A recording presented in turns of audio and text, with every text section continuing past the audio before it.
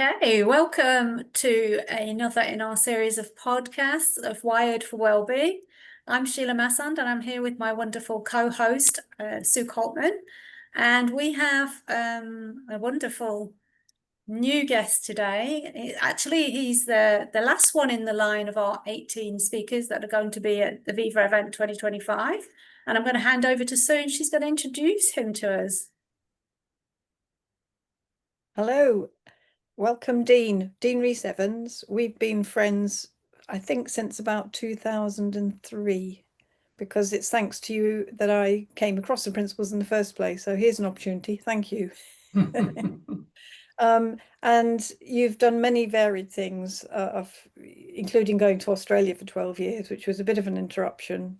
But anyway, you're back in the UK and you are a human relations consultant, teacher, researcher, and public speaker. You have written a book for young people, and I'm going to just read the title of that, The Great Remembering, Turning the World Inside Out. And that's a well-being book for teens anywhere in the world. And I think I'm right in saying it's also in a Danish audio and a paperback, so it's been translated. Absolutely. So we know that working with youth has been a big part, but I think you've also worked with every combination of, couples, singles, groups. I've worked with you. We worked together, didn't we? My very beginning of sharing the principles. So we're looking forward to having a lovely conversation, and sort of just going to hand over to you really and sort of talk about what's really fresh for you, and let's see where we go with it. Okay. Well, as we've discussed before, one of the main things that's really prevalent for me right now, and has been at least for the last 2 years, as I've been making the transition back from Australia. So I came back in 2023 for a jaunt to see if Europe was where I wanted to be. And of course, I decided it definitely was. A lot of people say that people do come back from Australia, and I never thought I would, but I came back in 23 and found I really wanted to be with family. So, and colleagues. I found it's such a wonderful thing to be, you just live down the road, and then Jenny and Dave come down regularly. So it's really lovely to be around familiar people again. So yeah, a lot of my work has been with teens and remains to be, because I'm still doing supply teaching at high school, which I love. I really do love being with kids. So that makes it kind of easy. One of the things I always joke about being at school is that I get on best with the kids, and then with the ground staff, the people that are doing all the background work, then the trainee teachers, and then the rest of the staff. I guess that says something about my approach to the world, really. I just as Bill Pettit once said, we're all teens, really. We're still teens inside. And I think that love has been one of the main aspects in the last couple of years.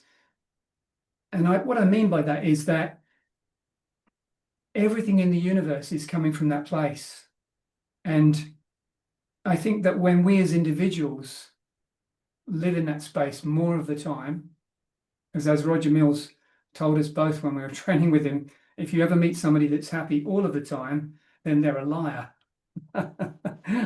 Because nobody's happy all of the time. But I think that when we're in that good space more of the time, I think that it's easy to be present. And when you're present, it makes all the difference in the world to the people you work with, whether it be working in a high school with teens, or in a youth centre, or anywhere, or a drop-in centre like I used to work in Australia. One of the jobs I had there was working in a drop-in centre for local teens, which was amazing. And one of the interesting things about that was that the local police force said that petty crime dropped dramatically when there was somewhere for the kids to go. When they had somewhere to go and hang out and listen to music, have some food, have something to drink, they didn't need to steal anymore. So it was, it was a safe haven for them to come. And I think that, again, whoever we're working with, whether it is couples, or whether it's in a small company, or whether it's in a large hospital, they're all human beings. And each one of us, when we're coming from the perspective of being in that good space ourselves, it resonates. We act like a mirror. I think, well, all humans, all beings are acting as a mirror to each other, aren't we, all the time? And so being in a classroom with kids, but well, let me tell a story to illustrate how powerful this is, and again, to come back to my book, why I actually ended up writing a book for teens. So when I first started working with teens after meeting Roger Mills, I used to use Amy Chen's book, The Spark Inside, which is a great resource for teens. But I started finding, as Roger told us, that I had a lot of stories myself. Now, one day I was walking through an exam room, and when I do invigilation, I always have to keep moving because the room is so quiet, and I'd fall asleep standing up. It's so peaceful in there. The kids are at their best. They have to just sit still, be quiet, and get on with what they're doing. And I walked along, and there was this one young girl, about 14, and she'd drawn this really dark image on a piece of paper. And she'd written the following words: "It's just me on my own against the whole world, and this is my life." And I thought, wow, that's a pretty dark place to be. So I leaned in and I whispered to the girl, "Do you really believe that's true?"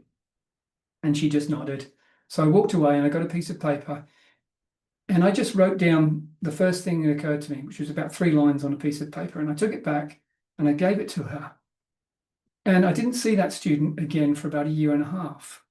Now, the next time I saw her, I was in an English lesson, and the kids were just sitting in little groups doing essay preparation. I saw her at the back of the class, and halfway through the lesson, she came to the front and just said to me, "Oh, sir, you're that teacher." I said, "You mean in the exam room?" She said, "Yeah." She said, "Can I come and talk to you?" And I said, "Sure, come to the English office at the end of the day and we'll have a chat." So she came in and she sat down and she started to cry. And I thought, oh no, what have I done to this poor kid? And when she'd recovered, she relayed the following story. She said, "Up until that point in my life, I'd been self-harming. I'd been locking myself in my bedroom. I wasn't getting on with my parents. I wasn't going out and spending any time with my friends. My life was really low." Now, this was one of the brightest kids in the school. She'd been offered a scholarship for Cambridge University at 14. Now, she said, from that moment on, she said, my whole life changed. When I read that piece of paper, my whole life changed. I stopped hurting myself. I started going out with my friends. I stopped locking myself in my bedroom. I started getting on with my parents and my brother. And she said, every time I felt low, I read that piece of paper. Now, she's 32 now, trying for a baby. She just got married last year. She's a wonderful, wonderful human being, and still has that piece of paper. She said for a while she joined a Bible club and she put that piece of paper in her Bible. And every time she read that piece of paper. And she said to me, she's one of the rare students that as a teacher, it's very rare for us to stay in touch with students. Anyway, I managed to stay in touch with her via email. And then when she left school and started work, it was Skype in those days and now Zoom. And I was coming back in 2016 for a visit from Australia. And I said, "I'm going to be back in the country. Do you want to meet up?" And she said, "Yeah." So we met up for a coffee, had a chat. And a sort of an hour and a half later, we were saying goodbye, giving each other a hug. And she said, "Dean, I do not know where my life would have gone if we hadn't met on that day." So it's this very simple example of how this understanding can be accessed by anyone. And it doesn't necessarily require, a lot of time. I didn't spend any time with her. I didn't work with her. I didn't guide her or mentor her or counsel her. I just wrote 3 lines on a piece of paper, telling her something to the effect that she had something so good inside her that no one could take it away from her, that it was her birthright, and that she would always have it. And that was enough, to wake her up. So I think that in terms of working with individuals, working with groups, it's all pretty much the same. And it's all determined upon the space that we're in. But even having said that, I know for certain, and I'm sure you've both experienced this too, that you can be having a hard day, a difficult day, and you have to turn up to something, and you have to be present. You get present. And it's almost like when we share this understanding with people, that it shares through us, not from us. And I think that's one of the things that sometimes people get a little bit confused about when they're sharing this understanding, is rather than talking about the three principles, but talking from the three principles and talking from one's personal experience of life. And after all, that's all we can really share anyway, is what we've seen ourselves.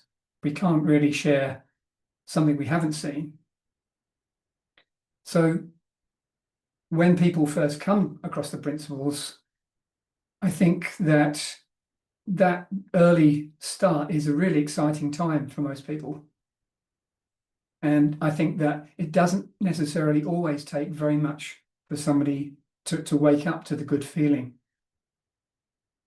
Although I do know from, obviously we all know from what Sid has told us, that some people come and they come for years, but they do keep coming back. So why do they keep coming back? They keep coming back because they've heard something. And they've obviously heard enough to actually give them enough intrigue to keep returning, to find out what is this that people are talking about. That's a beautiful story, Dean. And I think for any teacher, you know, even one experience like that could be enough, but it's not just going to be one experience. Like, that's a fairly graphic example, I'd say. But I was just thinking, if I was listening to this either as a parent or even as a teen or whatever, or teacher, can you, in other words, because we refer a lot to the understanding, and I think that might like be quite a tease for people, like, well, what does he mean? It's a big jump to talk about love, and well, that was an amazing experience for the student and for you, but what is the understanding that takes us away from being busy-minded and troubled and not at peace, and certainly not accessing our loving true nature?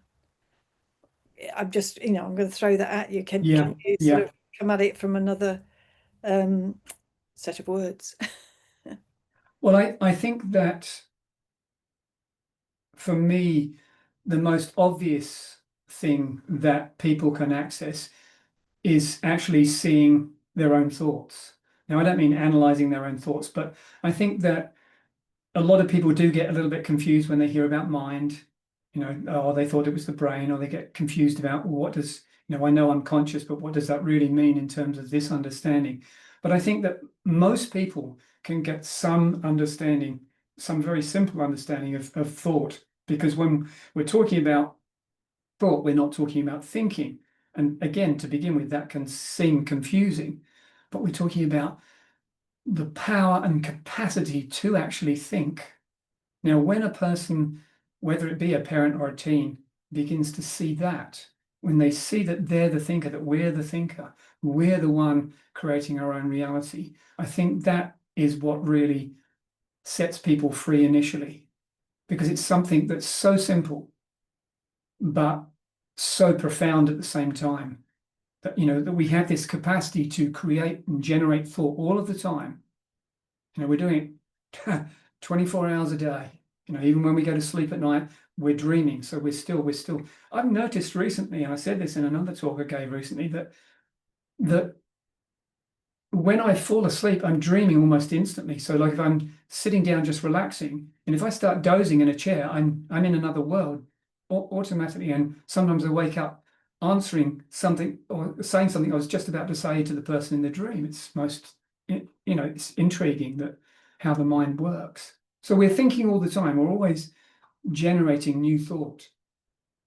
And I think that when we as individuals actually begin to see that we are the thinker and we're the one actually creating those thoughts and the reality that comes from them, I think that's the magic bullet in a way of the principles, is really seeing that thought is continuously being generated in our minds, and it's creating the reality that we're experiencing. And I think when we begin to see that as individuals, I think that is what really sets us free from, as you were saying, being caught up in a busy mind or low mood, because, ultimately we can all fall into those moments. Of course we can. But I think that one of the other beautiful and magical things about this understanding is that begins to happen less, which I'm sure you've both experienced. It just happens less because it becomes much harder to get caught up in low moods and low states of mind when we have some sense and some recognition of that understanding. So one of the ways I always like to describe it is this, that there's only two ways that we can use our thinking. We either understand that thought creates reality, and if we really understand that thought creates reality, thought's no longer a problem. But there are times when we think we know that thought creates reality. Therein lies the problem. We think we know thought creates reality, but we've forgotten that thought creates reality. And in those moments, we can get distracted and maybe even get quite self-critical and self-judgmental, because we think, well, I should know better. I've been around this understanding for a while, and I really should know better than that. I know that it's just my thinking that's creating this. But of course, in those moments, we really don't know that thought creates reality. We've just forgotten. It's just a temporary forgetfulness. And it's one of the reasons why I called my book The Great Remembering, because it's about remembering who we really are. The last school I worked in Australia, there was a new substitute teacher started, and we were in the playground together, and she came up to me and she said, "Oh, keep hearing about this book you've written." I said, "Yeah." And she said, "Well, what's it about?" I said, "Well, it's a wellbeing book for teens." She said, "Yeah, but what's it about?" And I said, "Well, it's a book to help teens see who they really are." And she said, "Oh, really? As opposed to what?" And I said, "Well, as opposed to who we tell them they are, or who they might think they are, who they come to believe they are, because that's not who we really are." So, yeah, I think that's one of the magic bullets, I think, really, that really help people begin to access and understand this. Whether it be, I think if I was working with parents, the one thing I always say to them is look, you're already doing what you're good at. Just keep loving your children, because if you love your children, that's all they really need. We want to guide our children in the best direction. Well, love, there couldn't be anything greater than sharing our love with children.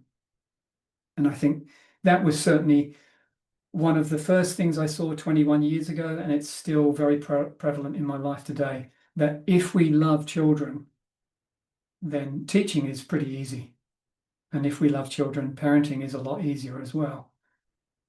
Yeah. I guess you could take that over to people. If you love people, the world is all different. Absolutely. Yeah. And of course, I would say, of course, the reason we don't have that feeling of love for every single human being on the planet, it appears to be thought, as you've just been speaking about, like this thought created reality of separation, of the story of you and the story of me and the story of my mom and the story of my neighbor and the story, the president of this country and that country. There's a whole lot of reality being created through this amazing principle that you've been speaking about, the power of thought, the gift, the power, the principle of thought. It's the thing that clouds Sydney Banks, who's the uncoverer of these three principles, called contaminates. It's contamination. But for that contamination, we would all feel that love, right? We would all feel the complete connection of who we truly are. And I wonder if we could go back to that point. I mean, I loved what you were talking about in what your book's about. You're helping teens see who they really are. And who do you tell them in the book they really are? That's what I'm curious. Just wondered if you could talk to that. Well, the book really is a series of stories. So it's a series of stories about children and the transformations they went through, the things they saw themselves. So I think there's two things about the book. One is that it's written, there's no chapters, it's just headings, and they're really short, little short stories, so that the book can be opened up at any page, read a little bit, and then close it again. You can read it back to front even. So the book just points children towards the common things that we all experience when we're growing up, and what that really means to us, how we can move beyond the difficulties that we go through when we're growing up. One of the other examples I could give is that, again, in the last school I was working in Australia, I was running this reading group. So this school had a really clever idea. After lunch, the kids are coming in, they've eaten who knows what, and they're often quite wild, as children are anyway. And they're coming in, so they had this settlement period about 20 minutes where they had to do reading, whether they wanted to read or not. And often it would be just guided reading, which would work better. I had this one group that I ran, and I had this one girl, and she quite often came in late. I didn't ever really work with her directly, except in this reading group. And she would often be cause terrible disruption by coming in late, and the boys would often be jiving because she was quite pretty. One day I saw her in the playground. It wasn't PE, but it was an activity lesson. And I noticed that she was sitting on her own. Her friends were, because they didn't have the activity clothes, they were walking the quad, so they had to do something. And she was sitting on her own, and I went up to her and started talking to her. And again, just spoke to her about various things to do with life and about feelings. And on the last day of term, and it was actually my last day at the school, it was the day, the week before Christmas, this girl heard that I was leaving, and she'd written a letter. And as she was leaving the school at the end of the day, she just said, "Happy Christmas, sir," and she handed me this letter. And in the letter, she described how she'd been so affected by me, just my presence in the room, which astounded me because, like I said, I'd never really actually done any direct work with her except in this reading group. And she said that even seeing you smile makes me feel better about myself. And I thought, well, that's incredible. And that's the kind of effect that I think the book has, is that children start to see themselves in the scenarios that the children, because they're all real stories in the book. They're not, they're not fiction. And I think that we can all, when we hear people's life stories, we feel that sense of empathy, don't we? And I think that that's what the book does, is the book points the children towards back inside again, to look inside and realize, yeah, I can understand why that kid thought that to begin with, and then how they changed, why they changed. Does that help? I mean, I was just thinking, yes, it does. I think that's great. And I was thinking that so often we can build up in our lives all these mountains that we feel we've got to climb, and we don't know how to, get up them, and we act out in different ways. I think this is true of teens and children and adults. And when I hear that sort of, they're not, don't want to make out that this is I think there's a lot of miracles going on, but it's the ease with which somebody can see through the cloud, see through the weight, or see through the mountain and realize it's not actually, doesn't actually exist. It's made of my thoughts. And I think these stories, it sounds like the young people can identify with them, resonate with them, and actually you don't have to go on a training course in order to feel better about yourself.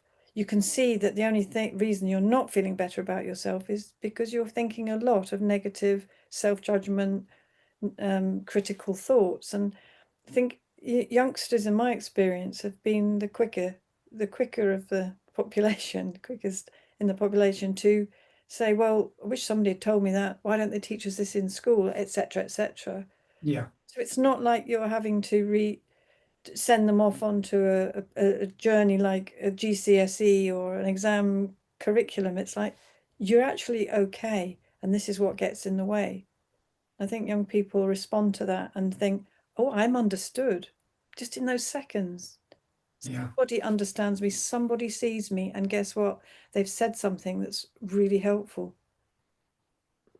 Well, as I said at the beginning, I tend to, perhaps I'm a little bit more, I've just let loose a little bit more now when I go into classrooms, and I often tell the children, I say, look, you were all born genius. And they say, well, what do you mean? Because they feel low self-esteem, they think that doesn't apply to them. And I say, no, I'm not talking about book learning. I'm not talking about being academic.